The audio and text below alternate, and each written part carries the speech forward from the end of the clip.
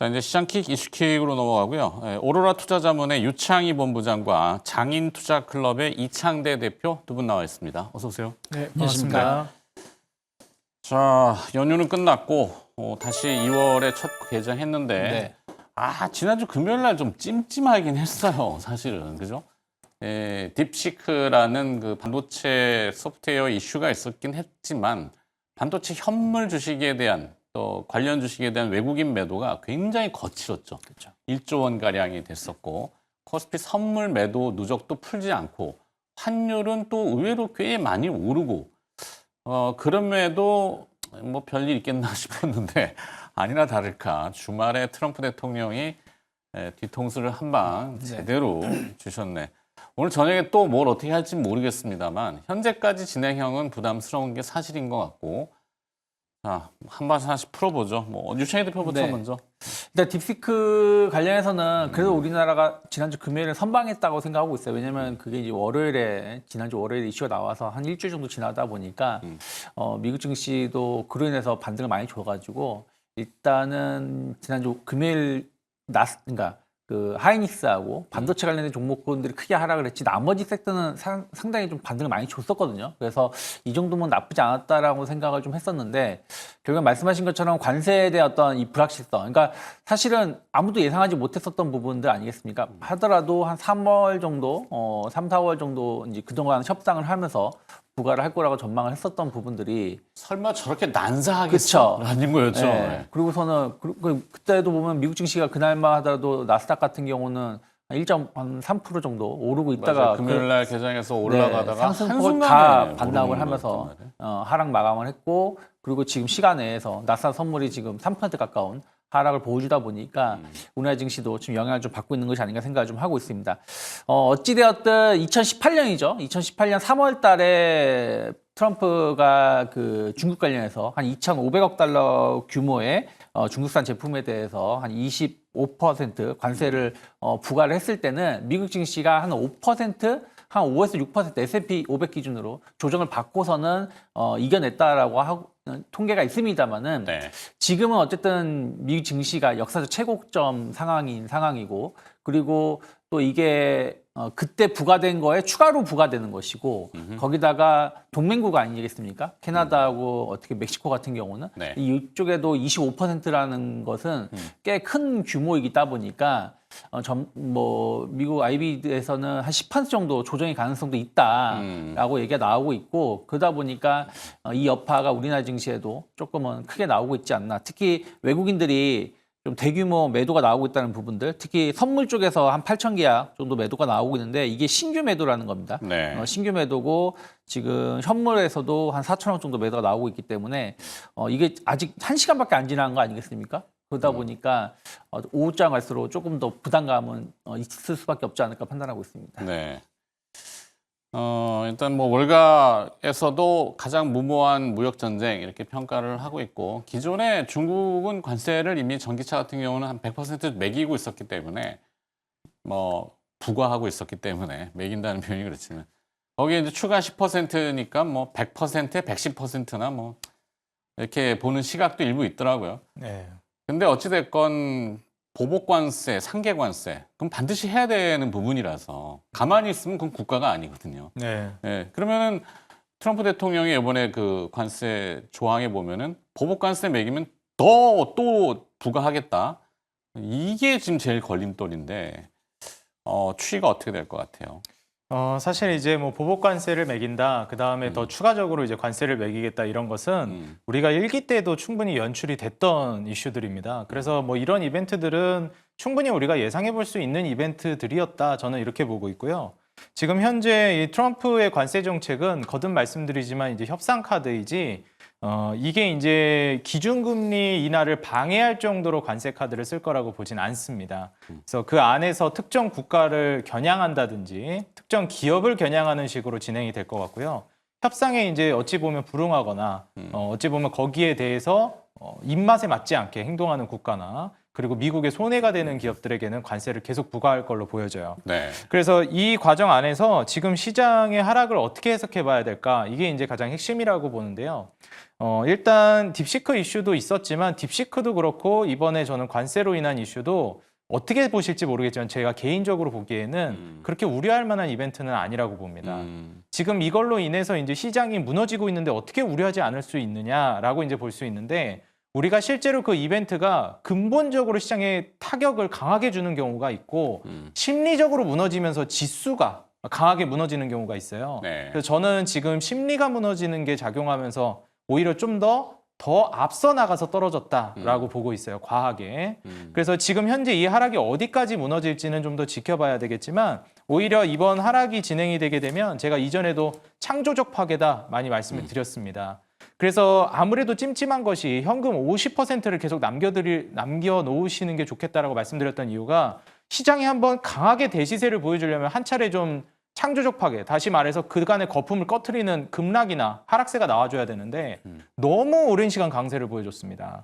그래서 사실 한번 이 쇼크를 주면서 어떻게 보면 신용 물량도 이제 축소시키고 조정을 보여주는 구간이 어떤 명분으로 나올까 저도 이제 좀 생각을 해보고 있었는데 이번 뭐 관세나 딥시크가 좀 트리거가 될 가능성도 저는 있다라고 보여져요. 네. 그래서 우리 투자자 여러분들이 보실 때는 항상 제가 용수철 원리 말씀드리죠. 많이 누를수록 더 크게 튀어오릅니다. 그래서 이번 하락은 근본적인 시장 체제를 무너뜨릴 정도는 아니라고 보고 있고요. 그 과정 안에서 오히려 연준은 기준금리 인하 압박을 더 많이 받을 겁니다. 지금 실제로 뭐 트럼프를 비롯해가지고 저보다 훨씬 똑똑한 분들이 기라성처럼 모여있지 않겠습니까? 어디예요? 미국의 트럼프 곁에 이제 모여있지 않겠습니까? 꼭 똑똑하다고 볼 수는 없죠. 그래서 뭐 제가 아는 걸 그쪽에서 모른다라고 저는 생각이 들지 않습니다. 네. 저는 일부러 그랬다라고 보고 있고요. 오히려 이런 이제 시장의 건전한 하락을 좀 유도하고 그로 인한 이제 연준의 기준금리 인하 압박을 더 거세게 이제 보여줄 거라고 봅니다. 지난번에 이제 우리 설 연휴에 이제 미국에서도 경제 성장률 4분기 24년도 GDP가 발표됐는데 이 예상치를 하회하는 모습을 보여줬습니다. 사실 연준이 기준금리 인하를 안 하려면 명분이 경기가 나름 선방을 해줘야 되고 물가가 올라가야 되거든요.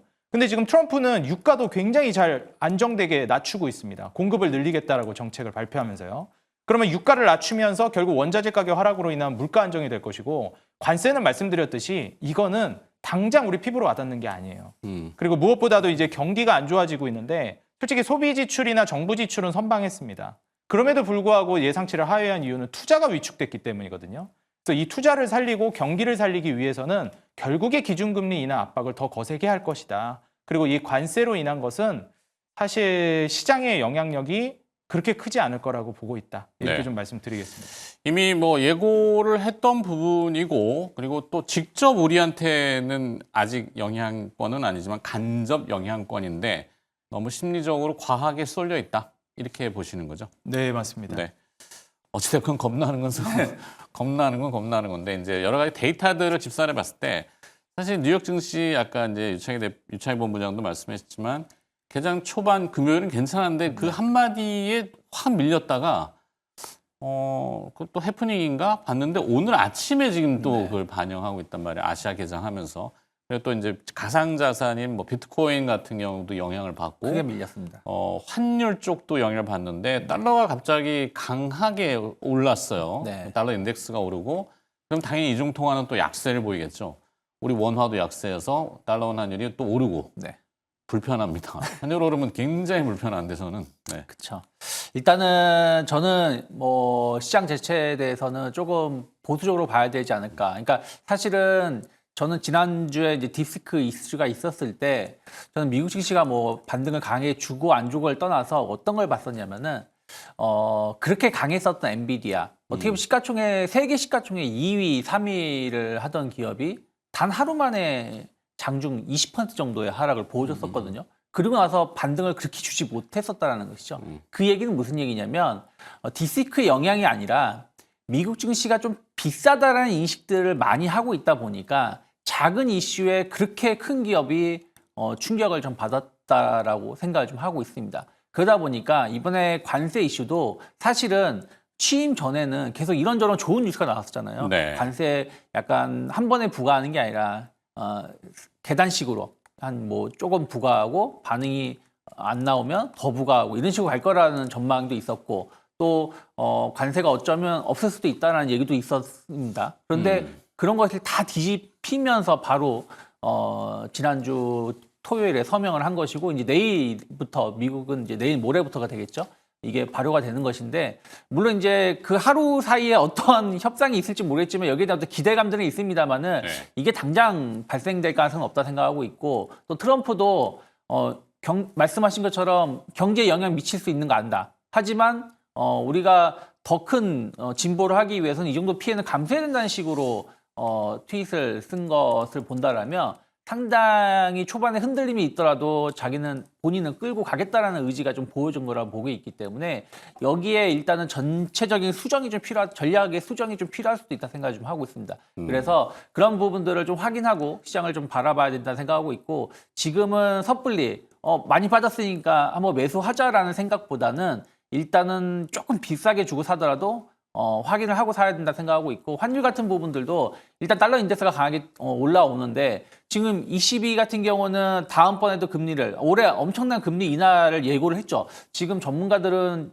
정말로 최대로 본다는 사람들은 1.5% 인하까지도 보고 있는 상황인데 반면에 미국은 인하하기 힘들 수도 있다. 오히려 올릴 수도 있다는 우려감들이 더 커진다라면 달러는 더 강세를 뛸 것이고 나머지 통화는 약세를 좀 보여준다라면 우리 원화도 지난번에 그 계엄 이슈가 있었을 때 1,486원까지 올라갔었는데 지금 네. 어느새 이틀 사이에 1,470원까지 올라온 거라서 지난번에 고점 돌파 가능성을 조금은 일시적인 슈팅일지 모르겠지만 가능성을 좀 열어놓고 조금 보수적으로 봐야 되지 않을까 판단하고 있습니다.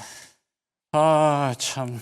그 인도 같은 경우는 사실 관세권역은 아니에요. 지금 인도는 근데 주말에 발표한 거 보니까 17조 원 규모의 감세안을 발표했단 말이죠. 그러니까 외부의 관세의 증세죠. 일종의. 네. 그러면 그걸 충격을 완화하기 위한 내부의 감세를 조금 추진하는 이런 효율적인 정책? 우리는 지금 정책을 펴기도 애매하게 꼬여 있단 말이에요. 지금 여러 가지 전국 상황이. 뭐 지금 추경도 잘 안 되고 있고 그다음에 여러 가지들이 뭐 안 되는 게 너무 많아가지고 시장 방어 기전이 너무 부족하다. 근데 환율은 지금 계속 윗단이 열려서 우리가 계엄이 있을 때 1,480원, 1,500원 언저리는 간데 지금 1,470원이니까 약간 위태위태한단 말이죠. 이런 걸 어떻게 환율이 모든 걸 또 좌우하기 때문에 요즘 커피값도 오른다고 하는 원두값도 뭐 뛴다고 하고 하여튼 뭐 그렇답니다. 보면 일단 저는 지금 현재 상황에서는 환율은 좀 어려울 것이라고 보여집니다. 계속 힘들 것 같아요. 왜냐하면 지금 현재 시점에서 우리나라 뭐 방금 전에 말씀을 해주셨지만 이 정치적인 상황도 안정이 안 돼 있는 상황이고 한국과 뭘 적극적으로 하긴 좀 애매한 상황이라고 보여져요. 금리 인하도 우리가 넘겼죠. 그렇죠. 네. 네, 동결을 이제 2월 달에 또 진행을 하겠는데 네. 2월 달에도 저는 동결을 하지 않을까 싶습니다. 아무래도 이제 미국이 기준금리를 동결했는데 우리나라가 먼저 할 가능성은 매우 희박하다라고 보고 있어요. 지금도 외국인이 한국에서 돈을 정말 빠르게 빼내고 있는 상황인데 그것 때문에 이제 환율이 계속 악순환이 돌면서 이제 치솟고 있는 상황이거든요. 그럼 이걸 이제 방어를 오히려 우리나라 금리를 올려도 이제 방어를 겨우 할까 말까인데 이거를 인하해 버린다? 저는 어려울 거라고 보고 있고요. 그렇다고 우리나라 경제 상황을 봤을 때 그리고 전 세계적인 이 분위기를 봤을 때 금리 인상도 말이 안 됩니다. 그래서 우리나라는 이러지도 저러지도 못하는 상황이에요. 그래서 저는 동결할 가능성이 높다고 보고 있고 솔직히 미국 같은 경우에는 저는 개인적으로 인하해도 된다라고 봤거든요. 근데 이제 또 연준 입장에서는 트럼프가 이제 취임했고 그게 시장에 어떤 영향을 줄지 또 알 수 없는 상황이었습니다. 그때 1월 달에 연준이 기준금리 결정할 때가 트럼프 취임하고 나서 뭐 한 2주 정도밖에 안 됐을 때였으니까 뭐 그 영향이나 파급력을 좀 보고 결정을 해보고 싶었던 것 같아요. 그래서 일단은 동결했던 건데 미국은 저는 개인적으로 좀 인하 기조를 계속 이어가지 않을까 싶고요. 이 과정 안에서 좀 환율이 계속 우리나라 같은 경우에는 어려워질 가능성은 있다. 네. 그래서 그로 인한 급락은 염두에 두시고 이번 급락을 잘 이용하시는 게 저는 핵심이라고 보여집니다. 네.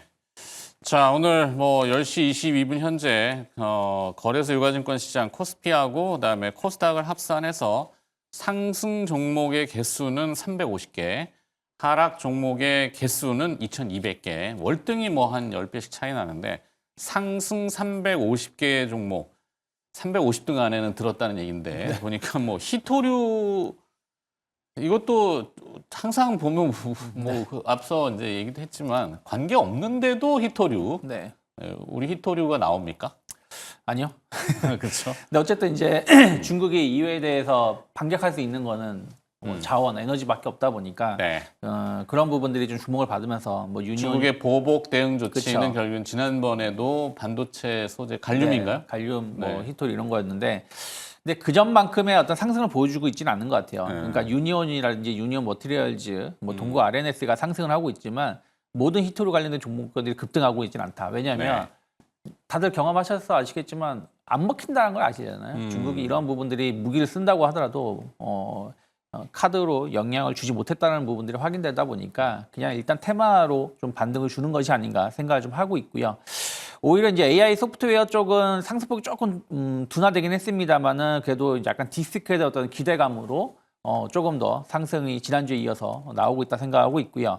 그리고 엔터주들이 오늘 시장 대비 선방하고 있습니다. 아무래도 관세를 부과한다고 하더라도 공연을 하는 부분들에 대한 관세를 부과할 수는 없는 부분이다 보니까 그런 것들하고 또 환율이 원화가 약세를 띠다 보면은 또 환차익에 대한 어떤 기대감들이 또 반영되고 있는 것이 아닌가 생각을 좀 하고 있습니다. 그래서 실질적으로 관세하고 조금 영향을 덜 받을 수 있는 쪽은 상대적으로 덜 빠지거나 오히려 좀 상승을 좀 보여주고 있고, 관세에 크게 영향을 받을 수 있는 쪽, 반도체라든지 자동차, 특히 기아 같은 경우 5% 이상의 하락을 보여주고 있는데, 기아 같은 경우가 최근에 이제 멕시코 쪽으로 해서 투자를 많이 했었던 사례가 있거든요. 그러니까 2020년 같은 경우는 한 3억 4천만 달러로 25위 정도지만 2024년 같은 경우는 12억 한 700만 달러, 멕시코 내에서 한 8위 정도를 보여줄 정도로 멕시코에 투자를 많이 했었는데 결국에 여기도 관세를 부과된다라면 의미가 없는 거잖아요. 네. 그러다 보니까 좀 기아가 한 5% 정도의 하락을 보여주고 있고 또 화장품 관련된 종목군들도 하락을 좀 많이 보여주고 있습니다.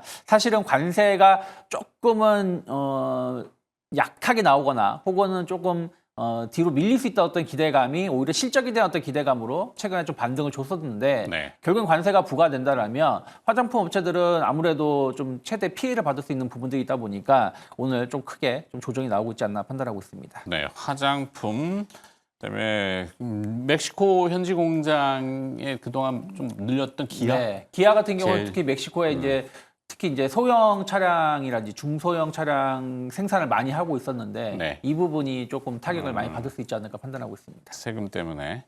그러면은 이창대 대표는 조금 관세 사실 영향권에 조금 자유롭다? 뭐 환율도 마찬가지지만 우리가 보통 그래서 말랑말랑한 연성 시장 쪽 문화 콘텐츠나 아니면은 뭐 소프트웨어가 최근에 이제 그 딥시크. 용어가 딥시크 때문에 오늘도 그래도 소프트웨어 AI 소프트웨어라고 해야 될까요? 네네. 이쪽으로 좀 도망을 가야 될까요? 일단 저는 이 본부장님이 말씀해 주신 게 전형적인 이제 정석적인 관세 피해 섹터라고 보고 있고요. 네. 그 다음에 이제 저는 AI 하드웨어 쪽에서 SK하이닉스가 좀 비껴서 보자면 피해를 좀 받을 걸로 예상이 돼요. 그리고 이제 저는 수혜를 받을 만한 거는 또 본부장님이 말씀해 주신 게 아주 정석적인 이제 그 엔터 쪽이 대표적으로 이제 관세에서 좀 벗어날 만한 섹터라고 보고 있고요.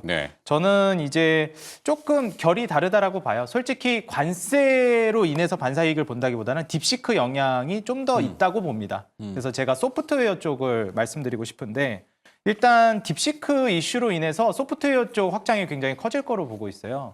이번에 그 딥시크 이슈가 이제 엄청나게 이슈몰이가 됐던 게 원래는 하드웨어가 이 정도 뭐 능력이 있는 하드웨어가 필요했다라고 하면 이 정도 소프트웨어를 돌리려면요.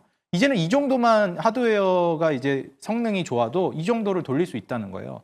그럼 기존의 하드웨어는 이 정도 수준이었으면 소프트웨어는 훨씬 더 높은 단계까지 성장을 할 수 있겠죠. 그래서 이제 소프트웨어의 경쟁이나 발전 속도가 굉장히 빨라질 수 있겠다는 기대감으로 소프트웨어 관련된 종목들로 하드웨어에서 수급이 좀 이동하고 있는 단계고요. 거기에 관련해서 저는 네이버가 대표적으로 우리나라의 대장 소프트웨어 종목이라고 보고 있습니다. 네. 그래서 좀 이번에 피해갈 만한 섹터로는 이렇게 시장이 무너지고 있는 와중에도 외국인이 빠져나가는 와중에도 오히려 산 종목들이 있는데 네. 그게 소프트웨어고 그중에서도 네이버라는 점을 말씀드리고 싶어요. 음. 솔직히 소프트웨어라고 하면 우리나라는 네이버 카카오를 많이 보시겠는데 솔직히 그 두 개 중에서는 네이버가 훨씬 더 저는 강하다고 봅니다. 제가 항상 보이는 걸 믿으시라고 말씀드리는데 차트를 잠깐 보시게 되면요.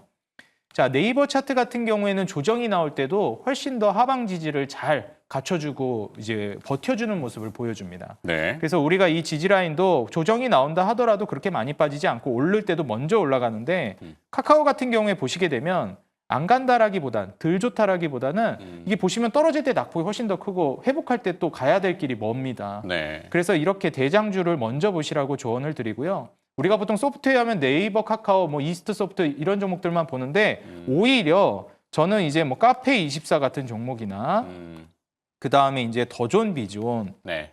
이런 종목들이 좀 강세를 보일 가능성이 있고 그리고 많이 모르고 계시는 게 이거 일론 머스크가 또 유명한 게 게임광이잖아요. 그래요? 디아블로랑 이제 그거랑 유사한 패스 오브 엑자일 게임을 정말 좋아합니다. 네. 그래서 세계 랭킹 1등 찍었다 막 자랑하고 트위터에다가 돈 써가지고 현질한가 현질. 네, 현질했는지 모르겠는데요.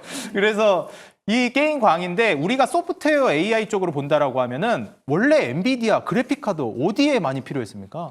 PC방에서 고사양 게임 돌릴 때 정말 많이 얘기 나왔거든요. 네. 그래서 이제 일론 머스크 발 수혜를 받을 수 있고 소프트웨어가 확장되면서 강력한 또 이제 시세가 나올 만한 게 게임이라고 보고 있습니다. 우리나라 이제 게임 산업의 일황이라고 볼 수 있을 만한 게 이제는 3N의 시대가는 지났죠. 네. 크래프톤이 이제 가장 대표적인 종목이라고 볼 수 있기 때문에 우리 투자자 여러분들이 이제 게임주들도 AI 소프트웨어가 움직인다라고 하면 대부분 이쪽까지는 안 보시는데 네. 같이 보시는 게 좋겠다. 대표적으로는 크래프톤 말씀드리겠습니다. 크래프톤 콕 찍어서. 네, 배틀그라운드 게임으로 유명한 그렇죠. 기업이죠. 네. 그러니까 게임 엔터 뭐 이쪽 약간 말씀드린 네. 말랑말랑한 네. 예전에 제 기억이 맞는지 모르겠는데 부시 대통령 말고 그 전에 이제 로널드 레이건 네. 대통령 시절에 이제 중동 분쟁이 났는데 레이건 대통령이 이제 영화 배우 출신이시다 보니까 뭐 그런 위트 있는 표현이지만 우리 람보를 보내겠다 했단 말이에요.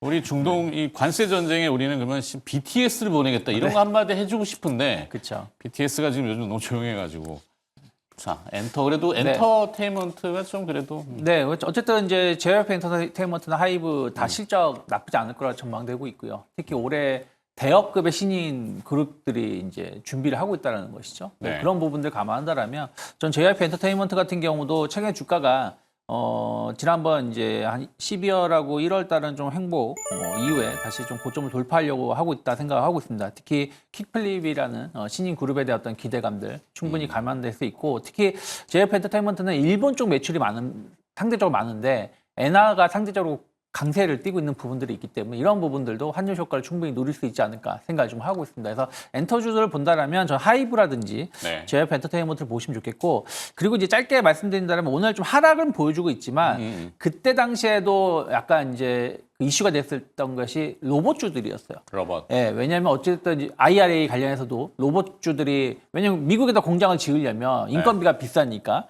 그런 것들을 이제 감당하려면 로봇의 투입이 더 많을 거라는 전망이 공장 자동화가 그쵸, 더 서둘러지니까. 더 서둘러질 거라 전망을 했기 때문에 지금은 하락하고 있지만 로봇주들도 계속해서 좀 관심 있게 봐야 되는 섹터가 될 수도 있지 않을까 판단하고 있습니다. 미국 현지로 진출해서 그들이 원하는 인쇼링에 하여튼 자동화 쪽으로 오는 로봇 이렇게 정리하도록 하겠습니다. 네, 하여튼 시장킥 이슈킥이었고요. 어려운 시장이지만 두 분이 또 그래도 뭐 활로라면 활로 뭐 어떤 솟아날 구멍 좀 잘 솟아났으면 좋겠는데 자 오로라 투자자문의 유창희 본부장과 장인투자클럽의 이창대 대표였습니다. 고맙습니다. 고맙습니다. 감사합니다.